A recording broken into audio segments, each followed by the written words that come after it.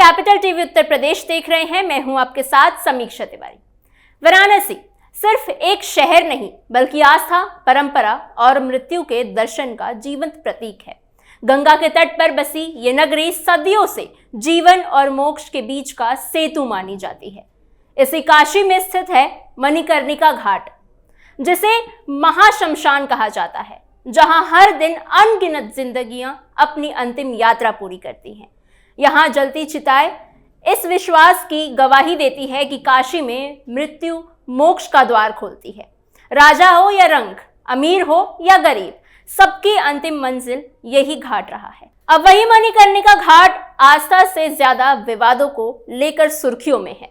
घाट के रीइनोवेशन यानी पुनर्विकास कार्य को लेकर स्थानीय लोगों, पुरोहितों और परंपरागत रूप से अंतिम संस्कार से जुड़े समुदायों में गहरी नाराजगी देखी जा रही है। आरोप है कि विकास के नाम पर घाट की मूल धार्मिक और ऐतिहासिक पहचान से छेड़छाड़ की जा रही है। निर्माण कार्य के दौरान उन प्रतीकों और संरचनाओं को नुकसान पहुंचाया जा रहा है जो सदियों से इस घाट की आत्मा रहे हैं। लेकिन ये पहली बार नहीं है जब मणिकर्णिका घाट का पुनर्निर्माण किया जा रहा है। इससे पहले भी पुनर्निर्माण ने जगह ली थी। स्पेशल स्टोरी में आपको यही बताएंगे कि किसने मणिकर्णिका घाट को बनाया था, इससे पहले कब घाट का पुनर्निर्माण हुआ था और किसका इसमें सबसे बड़ा योगदान रहा। हजारों साल की परंपरा, सदियों का निर्माण। इतिहास की बात करें तो मणिकर्णिका घाट का उल्लेख प्राचीन ग्रंथों और पौराणिक कथाओं में मिलता है। मान्यता ये है कि भगवान शिव और माता पार्वती से जुड़ी कथाएं प्रचलित हैं।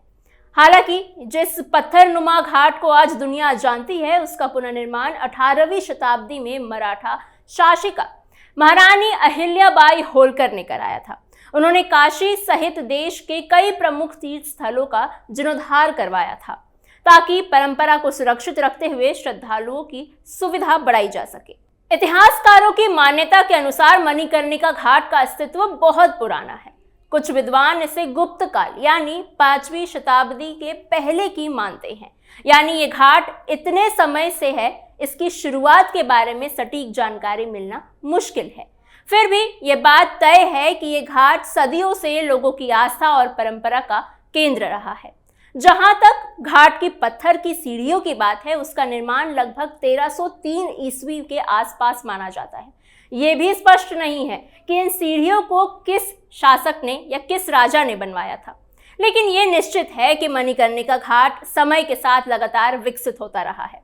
कई शताब्दियों तक यहाँ छोटे छोटे सुधार और निर्माण होते रहे हैं, ताकि श्रद्धालुओं और अंतिम संस्कार से जुड़े लोगों को सुविधा मिल सके। मुगल काल में भी मणिकर्णिका घाट को लेकर लोगों की आस्था कम नहीं हुई। उस समय के स्थानीय हिंदू राजा और जमींदार गुप्त रूप से इस घाट के रखरखाव और संरक्षण में मदद करते थे।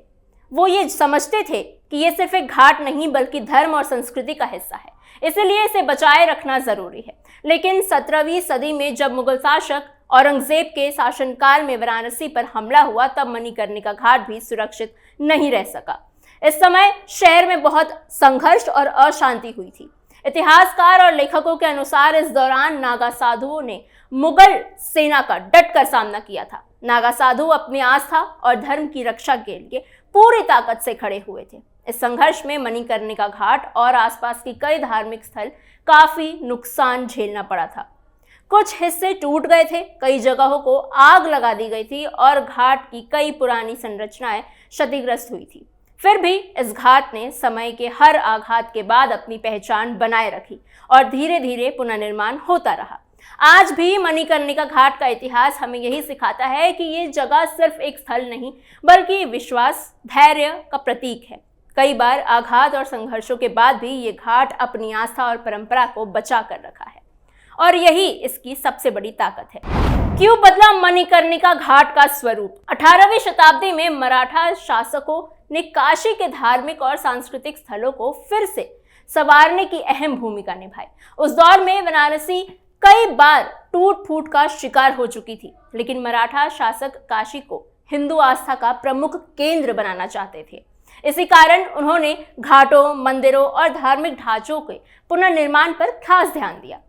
1730 ईस्वी में मराठा साम्राज्य के शक्तिशाली शासक बाजीराव पेशवा ने मणिकर्णिका घाट के पुनर्निर्माण की पहल की। उद्देश्य था घाट को मजबूत बनाना और इसे व्यवस्थित रूप देना ताकि अंतिम संस्कार और धार्मिक कर्म कांड बिना बाधा के हो सके।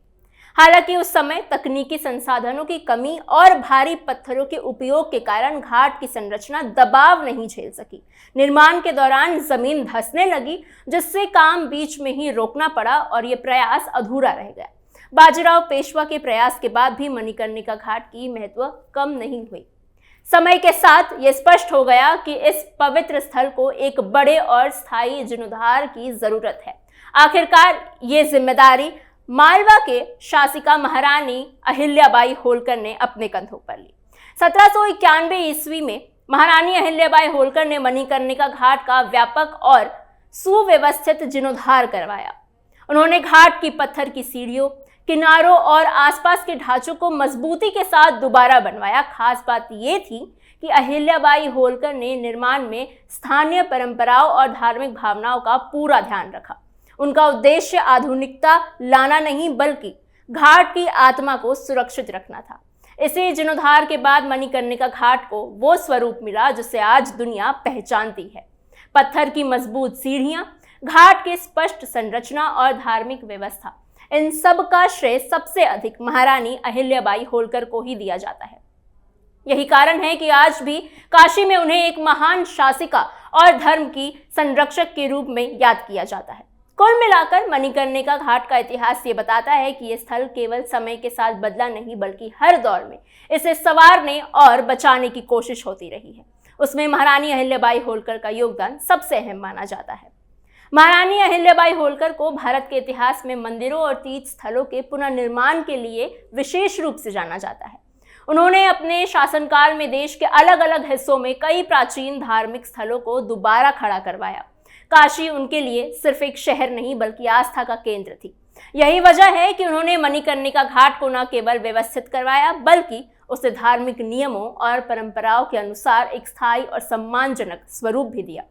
मणिकर्णिका घाट के साथ अहिल्याबाई होलकर का नाम इसलिए भी गहराई से जुड़ा है क्योंकि उन्होंने घाट के धार्मिक संस्कारों को और एक स्पष्ट व्यवस्था दी।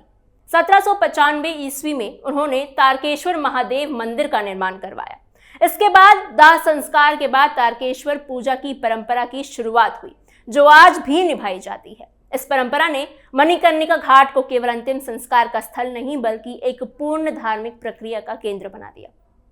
अहिल्याबाई होलकर के कार्यों के बाद मणिकर्णिका को वो पहचान मिली जो आज तक बनी हुई है। उन्होंने घाट की संरचना को इस तरह तैयार करवाया था कि गंगा की धारा, धार्मिक गतिविधियों और सामाजिक परंपराएं एक साथ संतुलन में रह सके। यही कारण है कि आज भी मणिकर्णिका घाट की बात होती है तो सबसे पहले महारानी अहिल्याबाई होलकर का नाम लिया जाता है। आस्था बची, बदली संरचना। हालांकि महारानी अहिल्याबाई होलकर के बाद मणिकर्णिका घाट का इतिहास कहीं रुका नहीं। समय बदलता गया और हर दौर में इस घाट को सहेजने और बचाने की कोशिश होती रही। अलग अलग शासकों, रानियों और बाद में सरकारों ने ये समझा कि मणिकर्णिका घाट सिर्फ एक निर्माण नहीं बल्कि आस्था, परंपरा और सामाजिक जीवन का एक अहम हिस्सा है। इसी वजह से समय समय पर इसकी मरम्मत, जीर्णोद्धार कराए जाते रहे। साल 1830 में ग्वालियर की रानी बैजाबाई ने मणिकर्णिका घाट की मरम्मत करवाई। उस समय घाट की कई सीढ़ियां और संरचनाएं कमजोर हो चुकी थी। रानी बैजाबाई ने घाट को फिर से मजबूत करने का काम किया ताकि धार्मिक क्रियाएं बिना बाधा के होती रहे और घाट सुरक्षित बना रहे। यह मरम्मत केवल तकनीकी काम नहीं था बल्कि परंपरा को आगे बढ़ाने का एक कोशिश भी थी। इसके बाद 1872 और फिर 1895 में भी घाट पर मरम्मत और सुधार के कार्य किए गए। इन वर्षों में घाट की दीवारें, सीढ़ियां और आसपास की संरचनाओं को दुरुस्त किया गया। गंगा की धारा और लगातार होने वाले दाह संस्कार के कारण घाट पर दबाव बना रहता था, इसलिए इन सुधारों को जरूरी माना गया। इन प्रयासों का मकसद यही था कि घाट की मूल पहचान बनी रहे और उसका उपयोग सुरक्षित रूप से होता रहे। आधुनिक समय में भी ये परंपरा जारी है। 1965 में उत्तर प्रदेश सरकार ने मणिकर्णिका घाट की मरम्मत करवाई थी। उस समय शहर की आबादी बढ़ चुकी थी और घाट पर पहले से कहीं ज्यादा गतिविधियां होने लगी थी। सरकार ने ये समझा कि अगर समय रहते मरम्मत नहीं कराई गई तो घाट को गंभीर नुकसान हो सकता है। इसीलिए संरचनात्मक मजबूती के साथ साथ घाट की सुरक्षा पर भी ध्यान दिया, ताकि आने वाले वर्षों में ये घाट अपनी भूमिका निभाती रहे। इन सभी मरम्मत कार्यों के पीछे एक ही सोच रही कि मणिकर्णिका की धार्मिक परंपराएं बनी रहें और इसकी संरचना समय की मार झेल सके। हर दौर में तकनीक और जरूरतें अलग अलग थी, लेकिन उद्देश्य एक ही रहा, इस पवित्र स्थल की आत्मा सुरक्षित रहे। कुल मिलाकर इतिहास यही बताता है कि मणिकर्णिका घाट कभी स्थिर नहीं रहा। ये समय, परिस्थितियों और समाज की जरूरतों के अनुसार बदलता और संवरता रहा है। बावजूद इसके हर बदलाव के बीच इसकी धार्मिक महत्ता और परंपरा और आस्था कभी कमजोर नहीं पड़ी। शायद यही कारण है कि आज भी मणिकर्णिका घाट केवल एक ऐतिहासिक स्थल नहीं, बल्कि सदियों से चलती आ रही आस्था की एक जीवंत पहचान बना हुआ है, जहां हर दिन जीवन और मृत्यु के दर्शन साथ साथ होते हैं। ऐसे ही और कहानियों और स्पेशल स्टोरीज के लिए बने रहिए कैपिटल टीवी उत्तर प्रदेश के साथ।